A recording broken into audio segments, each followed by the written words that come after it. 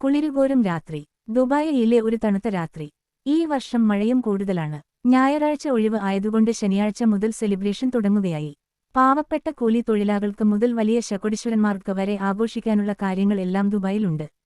ഈ ദിവസങ്ങളിൽ പ്രത്യേകിച്ച് തൊഴിലാളികൾ പാർക്കുന്ന സ്ഥലങ്ങളിലുള്ള കടകൾ കൂടാതെ റോഡുകളുടെ അരികിൽ വരെ മത്സ്യവ്യവസായങ്ങൾ തിമിർത്ത് നടക്കുന്നുണ്ടാകും.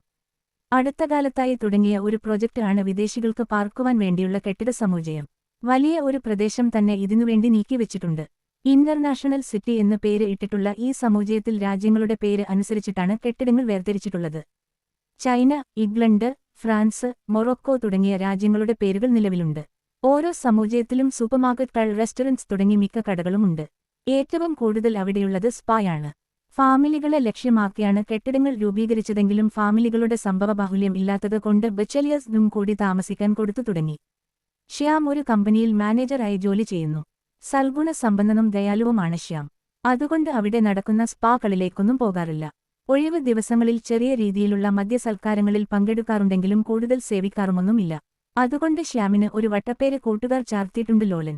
അത് കേൾക്കുമ്പോൾ ദേഷ്യം വരാറുണ്ടെങ്കിലും ഉള്ളിന്റെ ഉള്ളിൽ ലോലൻ തന്നെയാണ്. കമ്പനി മുതലാളി ഒരു ചെകുത്താനായിരുന്നു. അയാളുടെ സ്വഭാവം എപ്പോഴും മാറിക്കൊണ്ടിരിക്കും. ഇപ്പോൾ പറയുന്നതല്ല പിന്നെ പറയുക. അതുകൊണ്ട് ഇടയ്ക്ക് ചെറിയ അസ്വരസ്യങ്ങൾ അവർ തമ്മിലുണ്ടാവാറുണ്ട്. ഒരു ഒഴിവു ദിവസം ചെറിയ മദ്യസൽക്കാരത്തിൽ പങ്കെടുത്തു കഴിഞ്ഞപ്പോൾ ഫ്ളാറ്റിൽ നിന്നു പുറത്തേക്കിറങ്ങി കാറ്റുകൊള്ളുവാനുള്ള മോഹം ഉടലെടുത്തു. സമയം അർദ്ധരാത്രി കഴിഞ്ഞിരുന്നു. കെട്ടിടങ്ങളുടെ പുറത്ത് ചെറിയ പൂന്തോട്ടങ്ങളും മറ്റുമുണ്ട്.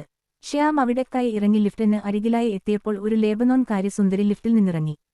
ഹാഫ് സ്കെർട്ടും ടീഷർട്ടും അണിഞ്ഞു ഹൈ ഹീൽ ചെരുപ്പും ഇട്ടുകൊണ്ട് പുഞ്ചിരി തൂകി ഇറങ്ങി വന്ന സുന്ദരിയെ കണ്ട് ശ്യാം നോക്കി നിന്നു. ഫെയിൻ ഉട്ഫ തലത്താമിയ കസ 305 റൂം എവിടെയാണ്? ചോദിച്ചു കഴിയുമ്പോഴേക്കും വീഴാൻ തുടങ്ങുന്നത് കണ്ട് ശ്യാം അവളെ താങ്ങി നിർത്തിക്കൊണ്ട് പറഞ്ഞു. മാഫി ഹിന അന്തി റോ തഹദ്. ഇവിടെയല്ല, താഴെയാണ്. ഹബീബി റോ ബേദ് മൽ അന. പ്രിയപ്പെട്ടവനെ, എന്നെ വീട്ടിലേക്ക് കൊണ്ടുപോകൂ. ശ്യാം ലിഫ്റ്റിലേക്ക് അവളെ കയറ്റി. അവൾ അവനെ വട്ടം കെട്ടിപ്പിടിച്ചിട്ട് പറഞ്ഞു, ഹബീബി അന ഹബ്ബാക്ക്, ഐ ലവ് യു ഡിയർ. അപ്പോൾ അവളുടെ ഒരു കൈ അവന്റെ ഷർട്ടിന്റെ കോളറിൽ പിടിച്ചു വലിച്ചു വെച്ചിരുന്നു. ശ്യാമിന്റെ ശരീരത്തിൽ ഏതോ തരത്തിലുള്ള ലഹരി പകർന്നെങ്കിലും അവൻ തന്റെ പരിസര ബോധം വീണ്ടെടുത്തു. ലിഫ്റ്റ് ഇവരുടെ അഭ്യാസം കൊണ്ടോ എന്തോ നിൽക്കാതെ ഏറ്റവും താഴോട്ട് പോയി. പിന്നെ മുകളിലേക്ക്.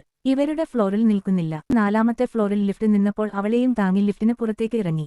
അവളുടെ ഫ്ളാറ്റിൽ ലക്ഷ്യമാക്കി നടന്നു. അവൾ ഫ്ളാറ്റിലേക്ക് കയറി. അവൾ നേരെ അവിടെയുള്ള സോഫയിലേക്ക് ചെരിഞ്ഞു. കൂടെ ശ്യാമും. അവളുടെ ചുംബനങ്ങളിൽ നിന്ന് ഒഴിഞ്ഞു മാറാൻ പണിപ്പെട്ട അവൻ പതുക്കെ എഴുന്നേറ്റ് ഡോർ ലക്ഷ്യമാക്കി ഓയിട്ടി. അവൾ മയക്കത്തിൽ എന്തൊക്കെയോ പുലമ്പിക്കൊണ്ടിരുന്നു. ഒരുവിധം കടകളെല്ലാം അടച്ചിരുന്നു. സ്പാകൾ മാത്രം ലൈറ്റുകൾ ധാരാളം ഇട്ട് ആകർഷിച്ചിരുന്നു. സ്പായിലേക്ക് ആളുകൾ വന്നും പോയും കൊണ്ടിരുന്നു. പുറത്ത് തണുത്ത കാറ്റ് വീശിയിരുന്നു. ആകാശത്ത് നക്ഷത്രങ്ങൾ തെളിഞ്ഞു പ്രകാശിച്ചിരുന്നു. ശ്യാം ഒരു റെസ്റ്റോറന്റിൽ കയറി ചായ വാങ്ങിക്കഴിഞ്ഞു പോയ കാര്യങ്ങൾ ഓർത്തു സിബ് ആയി കുടിച്ചു.